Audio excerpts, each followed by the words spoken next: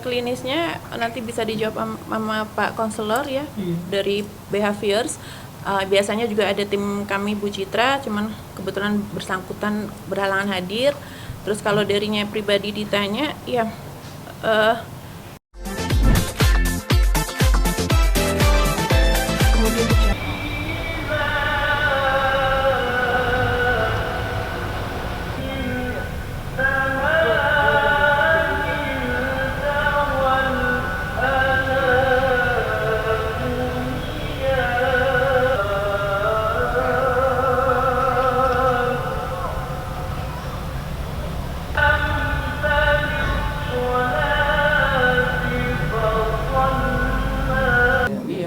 Langsung bisa mendapat kan? Bapak ini ya ini. Bapak geser dikit. Di sini. Saya pindah sini. Iya. Tolong Pak di pinggir ini Pak. Ketua. Gini. Oke. Ah. Yuk.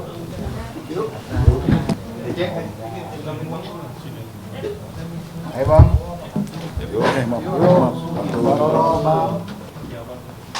Ya, bismillahirrahmanirrahim. Assalamualaikum warahmatullahi wabarakatuh.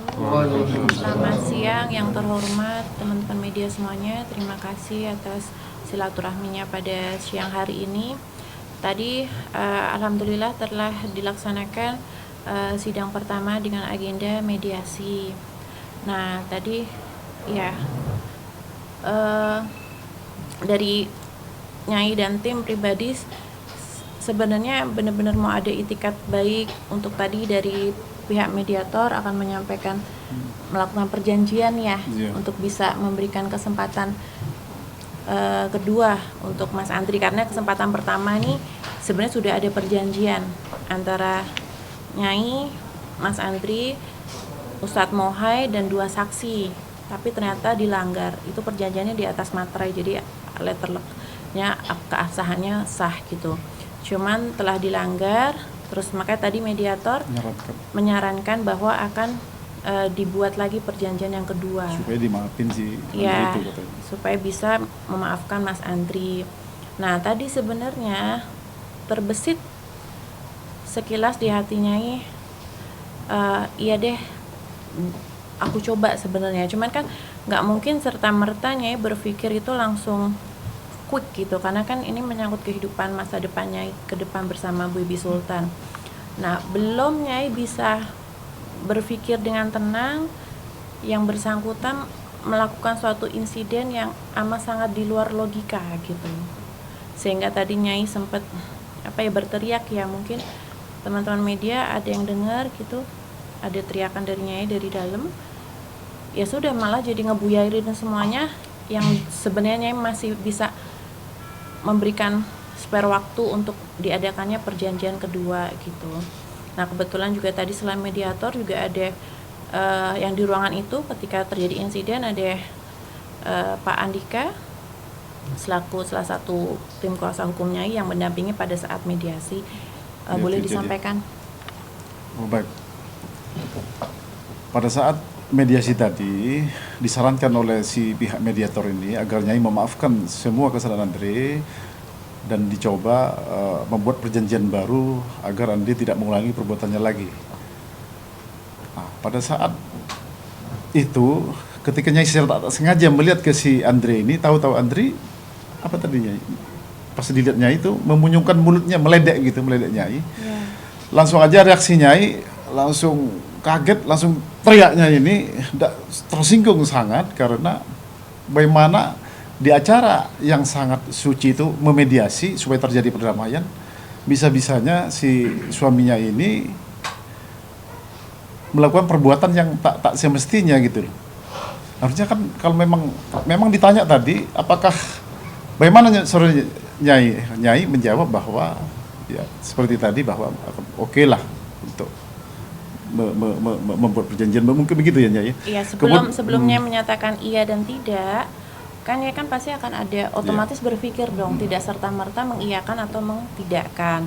Nah, Nyai sempat sempat melihat ke kanan karena lawyernya ketawa-ketawa terus tuh. Iya. Jadi kayak menganggap sepele gitu loh, padahal di sini tuh serius banget. Terus yang kebetulan tadi mendampingi langsung kan ada Pak Asgar, Pak Andika, Pak Kris dan lain sebagainya. Itu serius, emang kita tuh sangat menghormati atas adanya lembaga perkawinan diwakili oleh pengadilan agama. Nah tapi si lawyer yang bersangkutan ketawa-ketawa terus Nyai liatin gitu, kok gini sih gitu. Terus setelah Nyai liatin ke lawyernya, Nyai langsung ngeliatin ke sebelahnya itu Mas Andri. Tapi yang Mas Andri memperlihatkan ke Nyai itu membangkitkan trauma-trauma yang udah terjadi selama 9 bulan. Jadi gini, bukannya tatapannya itu diterima dengan baik ya, seharusnya kan senyum ya ini gitu, atau enggak mah gimana gitu.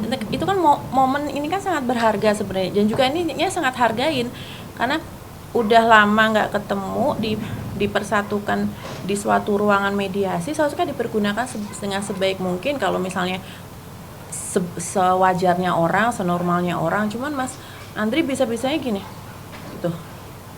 gitu. Nah lah kok jadi ngeledekin Nyai, ini kok maksudnya apa? Jadi, dan dulu tuh sering banget kayak gitu kalau di rumah. Melewek ya? Iya, kayak ngeledekin Nyai, kayak apa ya? Terus Nyai bilang sama Pak mediator, Pak itu Pak, dia ngeledekin Nyai lagi, dia mau ngerusak psikologi Nyai lagi gitu. Kayak gitu. Terus ya Allah, seharusnya kan itu nggak perlu terjadi ya, no need ya. Kenapa disia-siakan momen itu gitu? Padahal pada saat ditanya oleh mediator ini kepada si suaminya itu bahwa gimana tetap setuju untuk bercerai, ditanyakan kepada si pihak suami jawab bahwa ingin memperbaikinya, namun kontraproduktif dengan tindakan yang tidak terpuji yang dilakukan oleh si suaminya itu terhadap Nyai dengan meledek yang seperti yang dicontohkan si Nyai tadi begitu. Jadi memang aneh, mediasi ingin memperbaiki hubungannya tetapi ada perbuatan yang tidak pantas lah diperbuat dalam suasana perdamaian begitu. Nah mungkin dari pendekatan konselor atau psikolog seperti apa? Silahkan Pak Despa. Iya, dari behaviors. Sebenarnya dari sebuah proses ini kan saya pribadi memang kita sudah melakukan treatment secara terapis psikologis ya untuk mempersiapkan hari ini untuk adanya mediasi. Dan alhamdulillah Nyai juga bisa hadir tentunya dengan dukungan teman-teman di sini. Dan harus melewati terapi-terapi. Nah ini kan udah di terapi, kenapa dipicu lagi impuls? Impuls tuh sesuatu yang merangsang lagi kembali ingatan Nyai gitu. Gimana Pak Dispa? Iya, makanya saya bilang ada sebuah proses terapi yang saya lakukan bersama tim tentunya ya. Dan saya berharap juga sebenarnya ada kerujukan dan kebaikan proses pertemuan. Tetapi yang tadi saya juga dengar dan saya juga ada di sana, ternyata dia malah membuat trauma baru yang sebenarnya itu untuk memulihkan secara psikologis itu saya membutuhkan sebuah proses kesadaran penuh, pengendalian diri yang hebat, dan akhirnya ternyata apa? Terjadi sebuah insiden seperti itu, berarti kan ada keraguan lagi sama Nyai terhadap kok dengan acara yang sangat sakral ini kok dia bisa melakukan hal tersebut, dan itu terjadi sebuah sistematis di dalam pikiran Nyai akan jadi sebuah hal trauma baru yang tadi sebelum sampai sini kita sudah ngobrol bahwa Mas gimana Mas ini saya akan jadi trauma lagi. Dan kenapa? Karena memang sebelumnya sudah banyak trauma yang sudah muncul dan ada dan kita sedang tata, tetapi dibuat trauma baru, dan itu yang saya pribadi sebagai konselor Nyai dan saya sangat menyayangkan terhadap kejadian tadi.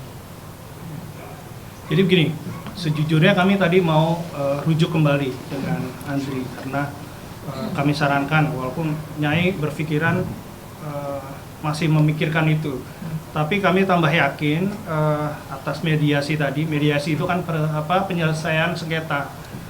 Dengan adanya tindakan Andri seperti itu ya dia menampakkan dirinya sendiri, memperlihatkan aslinya kepada kami yang kami sebagai lawyernya melihat aslinya Andri seperti itu. Ya jadi kami tidak bisa menyarankan lagi untuk Nyai untuk rujuk.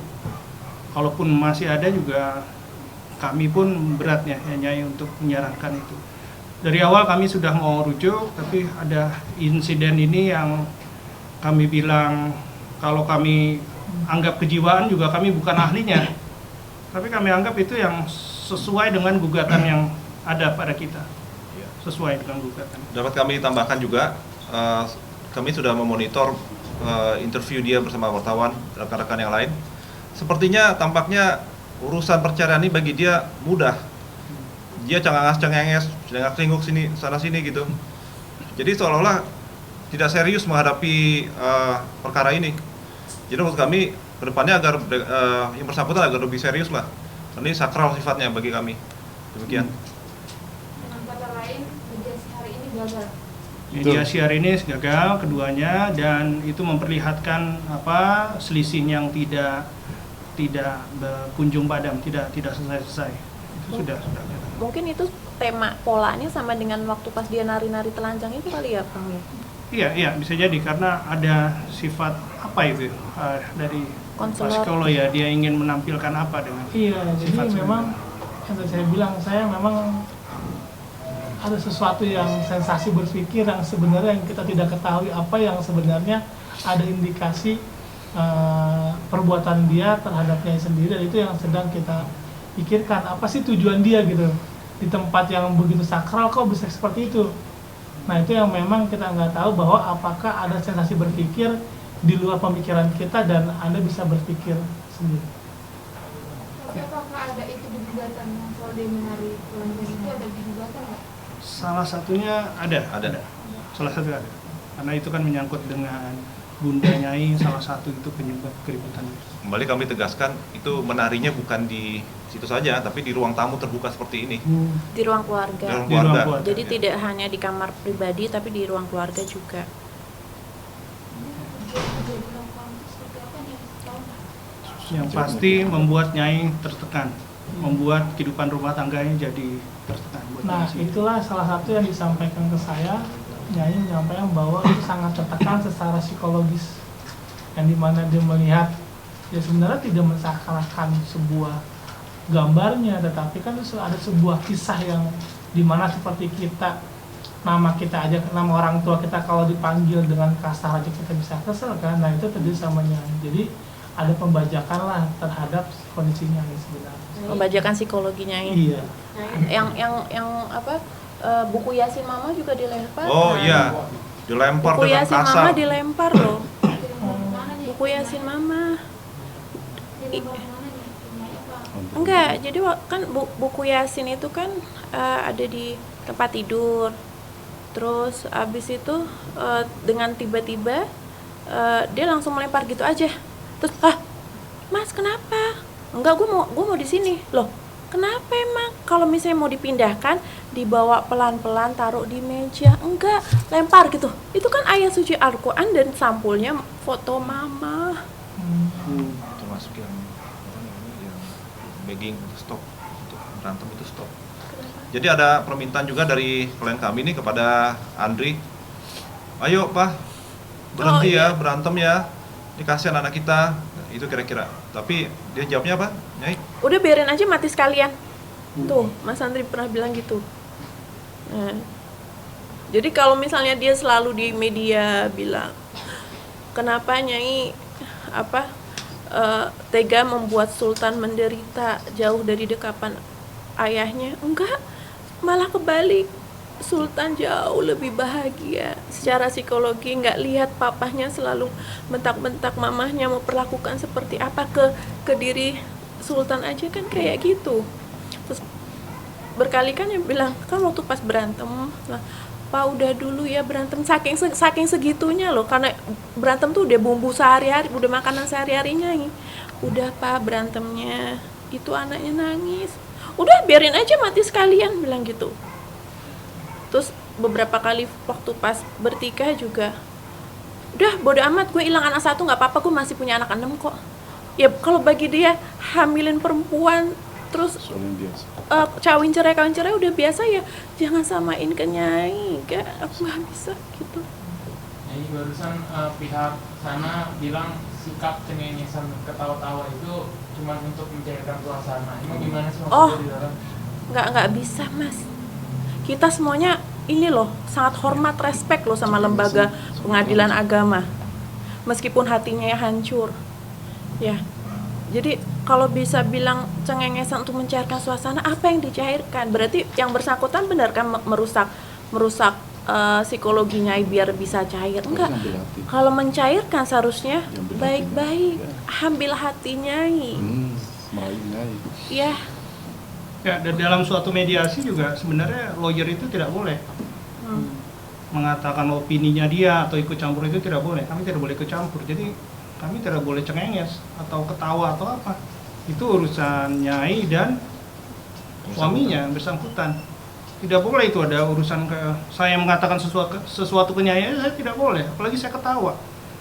Saya mengetawakan perkawinan Nyai, itu kan perkawinan Nyai ini bukan main-main. Ada anak di sini dan perkawinan muda, ada dua keluarga yang dipersatukan. Saya rasa tidak etis bagi kami untuk dan advokat, dan itu. dengan notabene suatu biduk rumah tangga ini kan ya oke, kalau bicara tentang finansial bisa dicari, cuman kan kita semua tahu kan yang berkorban siapa in everything, dari menggelar pesta pernikahan, resepsi, sampai mahar, sampai segala macam, sampai endingnya biaya persalinan, semua kan Nyai lah. Mungkin kalau bagi Mas Andri itu nggak dianggap, abis itu cengengesan ya nggak apa-apa. Nyai nggak main-main loh, seorang wanita yang seharusnya duduk manis atau nggak 50-50 berkorban luar biasa itu kan karena sayang ya, karena cinta, karena pengen mempunyai seorang imam yang benar-benar ngerekuh Nyai, nyayangin Nyai, bimbing Nyai. Tapi kenapa Nyai disia-siain? Tapi di lafalnya dia bilang nggak mau ceraiin Nyai, nggak mau pisah dari Nyai. Tapi kita semua tahu apa yang terjadi tadi, sampai Pak Asgar aja shock. Hah, kayak gitu Nyai? Nyai sehari-hari Mas, makanannya sehari-hari ngeliat suatu bentuk sikap kayak gitu. Makanya tadi Nyai langsung instan banget, langsung refleks Nyai bilang sama Pak Mediator tuh, Pak, dia mau ngerusak psikologinya lagi. Karena kayak gitu terus tiap hari. Entah motifnya apa ya. Karena tiap detik juga Nyai suruh jual aset gitu. Oh, suruh jual aset. Gak tau, dia mau memonopoli otak Nyai untuk membuyarkan segala apa yang kewajarannya dimasuk ke dalam suatu lingkungan yang rumah yang tidak wajar. Jadi untuk mendesak Nyai atau bagaimana, Nyai nggak ngerti motifnya tuh apa. Tapi kita tadi bisa lihat bersama-sama kayak gimana perlakuan dia ke Nyai itu di depan Pak Mediator loh, di depan banyak orang loh. Dia bisa begitu. Coba Anda bayangkan Nyai berdua sendiri sama dia di rumah, kayak gimana dia memonopoli, memanipulasi otaknya. Nyai tadi kan waktu Nyai datang juga mimik muka Nyai sangat tegang. Apakah traumatik dari datang awal ada, dan cara penyembuhannya seperti apa sih Nyai? Nah, untuk secara pendekatan secara klinisnya nanti bisa dijawab sama Pak Konselor ya, dari Behaviors. Biasanya juga ada tim kami Bu Citra, cuman kebetulan bersangkutan berhalangan hadir. Terus kalau darinya pribadi ditanya, ya bisa lihat sendirilah, trauma-trauma itu masih sangat membekas, sampai dengan Nyai telepon kakak sepupunya ya dari Kaluluhuran Mataram, Bang Abdul Latif. Kebetulan beliau ketua umumnya Satria Kujang Nusantara, itu emang yang selalu melindungi ya. Nah, Nyai bilang ini Nyai takut gitu, tapi Nyai harus datang karena mediasi. Gimana Bang gitu. Terus ya udah nanti Nyai saya kawal gitu. Nah, itu salah satu alasan juga kenapa mesti ada pengawalan, karena Nyai takut gitu. Karena kita nggak bisa menjamin kan, di rumahnya aja dia bisa banting-banting barang, bisa tindakan-tindakan destruktif. Gimana kalau di pengadilan gitu. Itu. Nah, kalau dari Bang Dispa selaku konselor, Iya, memang kenapa Nyai tegang gitu deh tadi? Iya, jadi memang ini kan dalam sebuah proses, jadi belum sampai finish selesai atas penyembuhan secara psikologis memang. Karena siapapun pasti akan mengalami kondisi trauma terhadap kondisi perceraian ini kan. Nah, tapi memang alhamdulillah ada abang ini kan mendampingi juga, dan saya sangat luar biasa bahwa perlu juga banyak kerabat juga hadir di sana untuk mendampinginya secara psikologisnya, dan termasuk juga hadir Tetapi memang saya kembali lagi saya sampaikan bahwa ini masih sebuah proses pemulihan secara psikologis. Bukan berarti dia bisa datang itu sudah pulih secara psikologis, enggak, tapi masih dalam sebuah proses penanganan yang dimana kita lakukan. Tapi sayangnya adalah di dalam ruangan itu terjadi lagi, berarti kan ada PR lagi saya bersama tim untuk melakukan treatment terapi itu lagi secara psikologis. Nyai, tadi kan Nyai udah sempat bilang ada perjanjian sama Bang Andri sama Ustadz Mohe, tapi kan dilanggar tuh isi perjanjiannya seperti apa dan pelanggarannya seperti apa nih? Nggak bisa disampaikan nggak? Perjanjian dengan Isi Ustadz Mohe. perjanjian sama Ustadz Mohe. Ya, oke. Ya, jadi perjanjian itu dilakukan kedua belah pihak, saya dan Mas Andri, di depan Ustadz Mohai dan ditambah dengan 2 saksi. 2 saksinya adalah santri-santrinya pengawalnya Ustadz Mohai gitu. Nah, pada saat itu item-item ada banyak sekali nih listnya, karena memang yang bersangkutan tuh harus tekankan beberapa list banyak gitu. Secara garis besar adalah pertama, tidak akan bertindak kasar lagi kepada Nyai, tidak akan lagi memaki-maki Nyai, tidak akan lagi melakukan hal perselingkuhan dalam bentuk apapun, karena kita melihat perselingkuhan itu dalam bentuk apapun ya.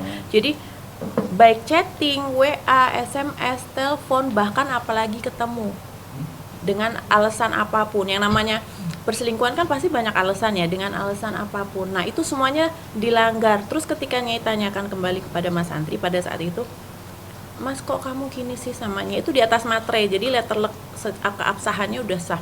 Nah, dia bilang, lah nggak ngaruh lagi ke gue gitu. Lu mau nyuruh Ustadz Mohai kayak apa siapapun, nggak akan ngaruh ke gue imam gitu. Nyai tadi kan katanya Mas Andri menyuruh Nyai untuk menjual aset. Itu aset yang mana sih Nyai yang disuruh yang dijual gitu? Nyai nggak mau berbicara tentang hal yang sensitif ya. Yang Nyai sampaikan itu telah dia sampaikan juga ke Nyai berkali-kali, tetapi Nyai tidak mengabulkan karena apa? Sekarang logikanya aja begini, siapa sih baik perempuan atau laki-laki diperlakukan seperti itu sekaligus juga dimintain. Nah, siapa yang mau? Kecuali kalau misalnya Mas Andri itu benar-benar sayang, serius, makanya kontradiktif terus ya Mas. Iya. Kalau misalnya ada tujuan sesuatu nih, meskipun di hatinya tuh maaf mungkin tidak sama ya, tidak sinkron. Cuman kan dia bisa membuat suatu kondisi yang seolah-olah. Nah, seolah-olah itu tetap baik ke Nyai, tetap setia pura-pura, tetap nice, tetap hangat gitu. Lah itu enggak. Terus Nyai mau iyain dari mana? Gitu. Tadi yang poin-poin yang paling dilanggar sama Andri itu yang mana nih? Maki-maki. Yang poin yang dilanggar, semua dilanggar Mas. Semuanya dilanggar. Nggak cuma yang ada perselingkuhan, semuanya berarti. Semuanya dilanggar. Ya, mungkin sedikit mempertegas maksudnya disuruh menjual aset punya Nyai. Oh, aset punya Nyai.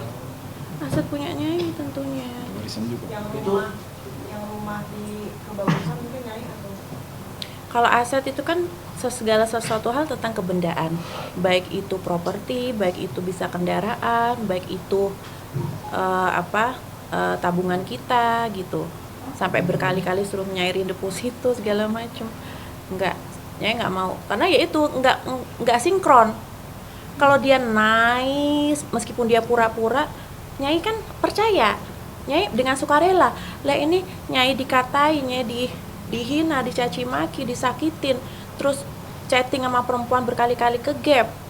Jadi perselingkuhan tuh bisa banyak faktor loh. Chatting pun itu udah termasuk perselingkuhan karena Nyai tahu yang dimaksud orang itu gitu. Nah, terus mau gitu suruh nyairin deposito atau apa? Ya nggak mau lah. Kan sampai ngumpetin perhiasan ya. Sampai ngumpetin perhiasan klien kami ini. Perhiasan diumpetin gitu. Karena udah biasa dia ngantri Nyai ke jual perhiasan tuh udah biasa. Jadi kayak maaf ya, laki-laki kok punya harga diri nggak sih? Gitu.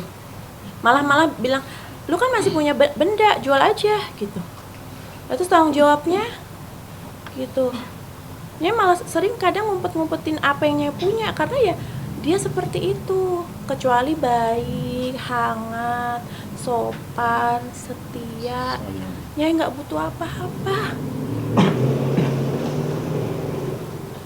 Dan satu hal lagi, coba silahkan ya cek ke Instagramnya, ke media sosialnya. Kita semua sangat serius.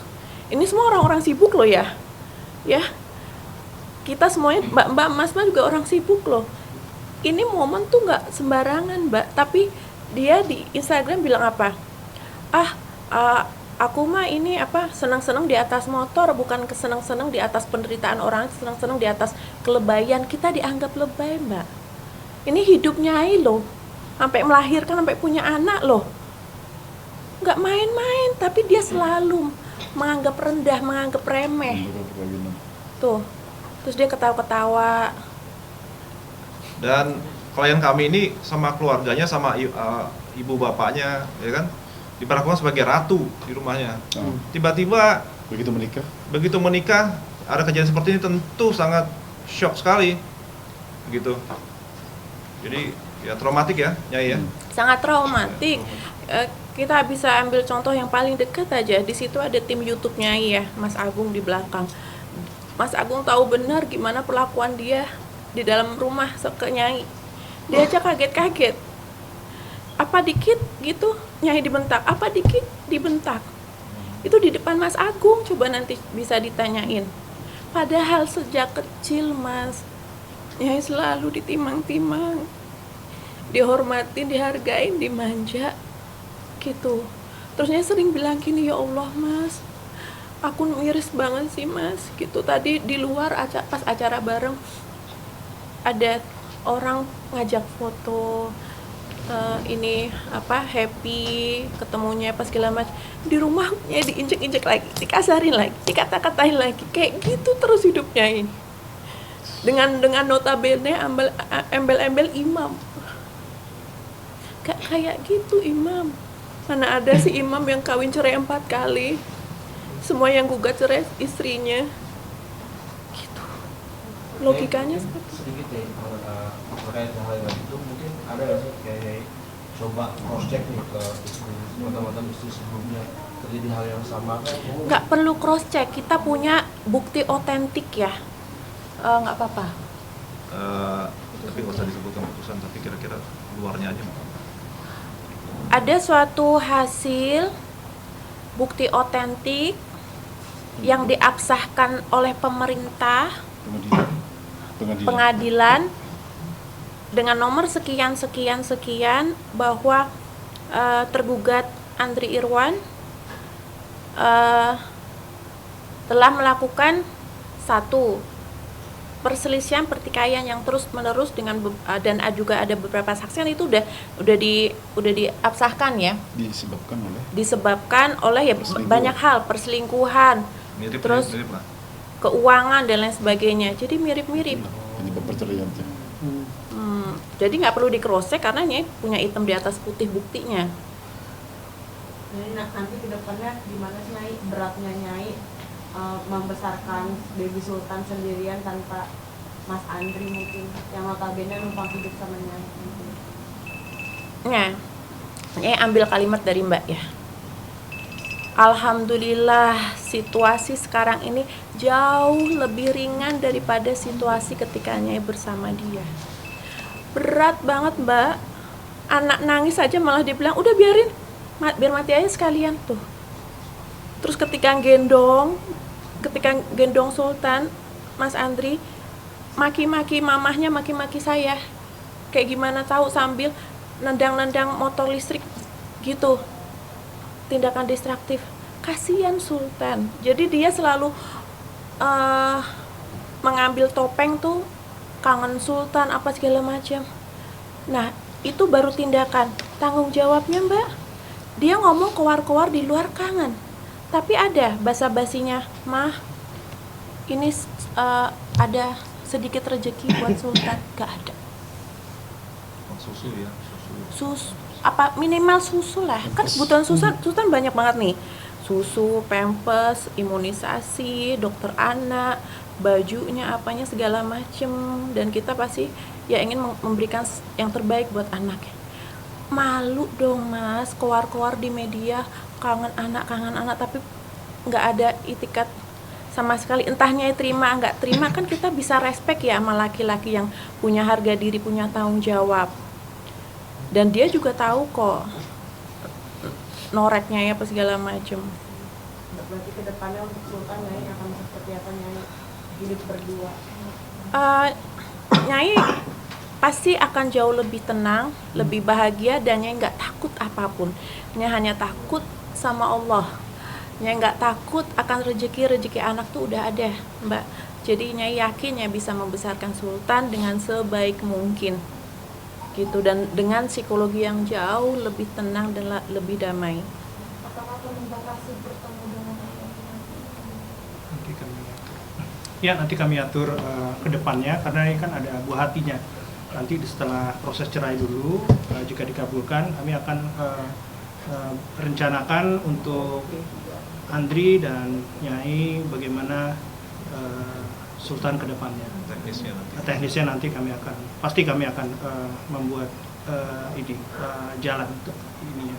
Oh ya, informasi tadi, biasanya kami melakukan mediasi itu lebih dari sejam ya. Cuman tadi itu cuman berapa menit ya? Hanya 5 menit, 7 menit.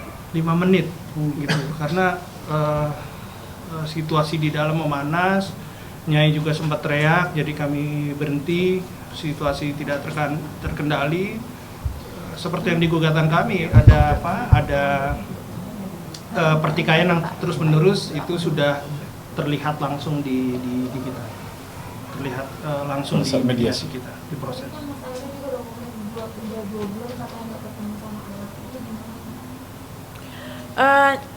Nyai nggak mau menjawab untuk range waktu itu nggak berarti, Mbak.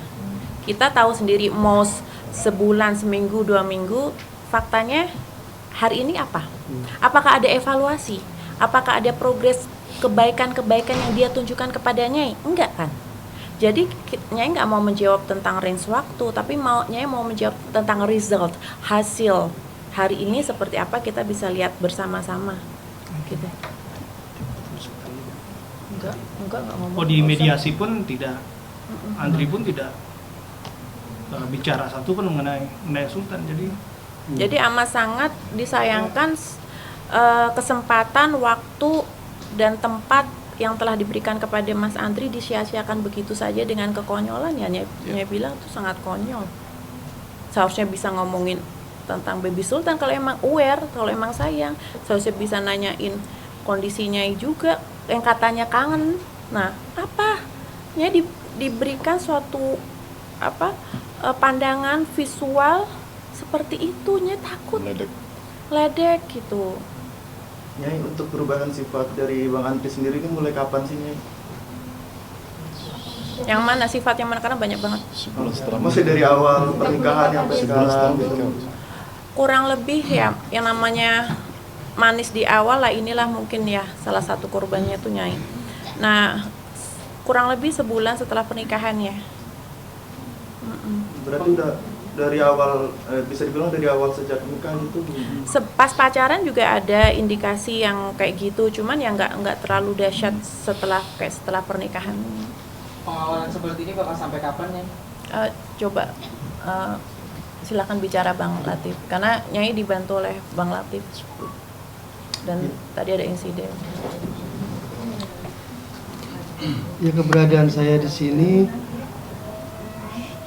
adalah perwakilan daripada keluarga besar adinda saya, Nyai Roro Fitria.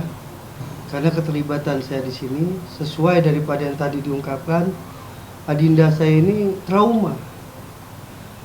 Dengan ceritanya adinda ke saya, insya Allah saya bantu dengan backup pengamanan, dan saya punya perkumpulan Satria Kujang Nusantara.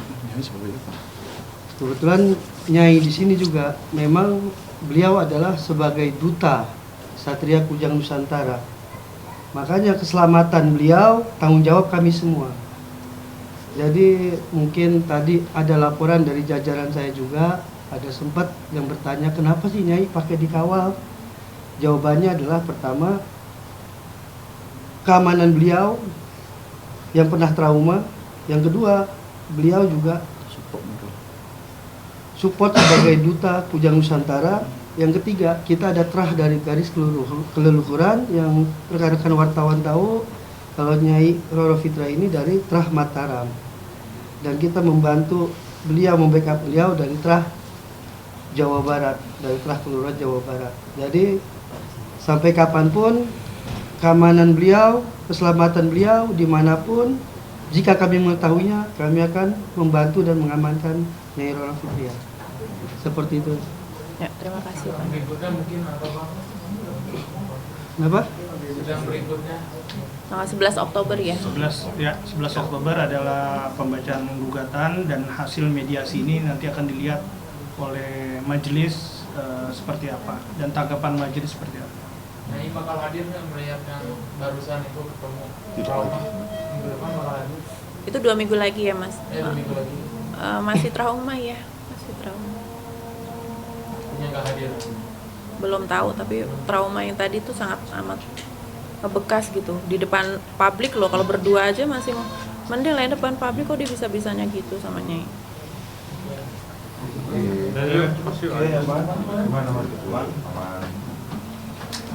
Oke. Ya. Ya, silakan Bang. Mohon izin para rekan-rekan, saudara-saudara wartawan semua. Tadi saya bilang tadi kata jajaran ada sempat yang bertanya kenapa Nyai harus dikawal. Yang kedua, karena sesuai permintaan daripada Adinda Nyai Roro Fitria, beliau tidak mau diwawancara secara pribadi, tapi beramai-ramai seperti ini. Jadi tadi sempat ada rekan wartawan kesalahpahaman dikit, tapi nggak ada maksud apa-apa. Yang hendak mau secara pribadi, tapi maksud dan tujuannya bukan kita menghalang-halangi, tapi demi keselamatan Nyai di luar. Mungkin kalau di dalam kayak gini enjoy kita semua juga. Terus ada yang jatuh, mohon maaf. Nah, Sempat ada yang jatuh. kalau memang ada yang sempat terjadi benturan, saya pribadi selaku Ketua Umum Satria Kujang Nusantara minta maaf pada rekan-rekan wartawan semua. Terima kasih Bang. Thank you Bang. Baik. Mohon maaf, sudah Bang.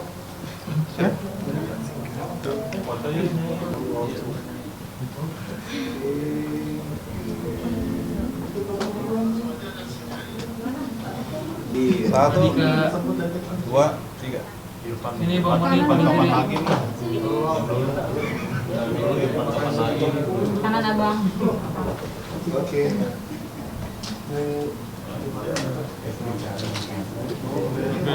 Makasih Nyai, makasih semua Bang.